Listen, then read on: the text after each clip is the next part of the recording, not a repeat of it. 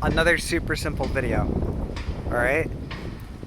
The concept is your actions have consequences. Shocker! It's common sense. You do something, there may be a consequence for your actions. So, what I want you to do is, before you ever do something, think about what the consequences for that action could be. If you kill someone, well, guess what? You might be going away for murder. You might be getting convicted. You steal, you might be getting convicted. There's all sorts of decisions you can make in your life, but they have consequences. Now, you also have to ask, are the consequences worth the action? Like if you have to do something, like if you have to defend yourself, if you have to, make a choice, are the consequences worth doing the action?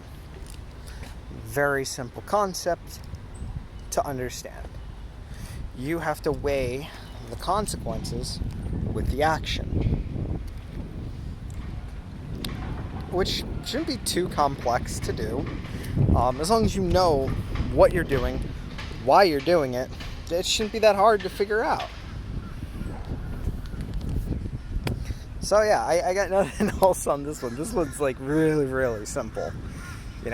Just think through your actions. Don't make a rash decision without first thinking, man, what could potentially happen if I do this? What could happen if I do that? If I just go run up and punch someone because I'm angry, well, there's definitely probably going to be consequences for the action to which you just did.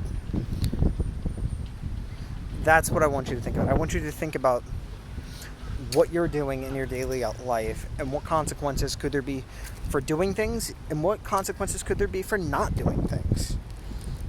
Remember, inaction is an action. So you have to think about the consequences of doing an action, the consequences of not doing an action, and weigh those in your mind when you're doing or not doing an action. It's very simple, rudimentary stuff, but not everyone thinks about these things. That's all I got for you.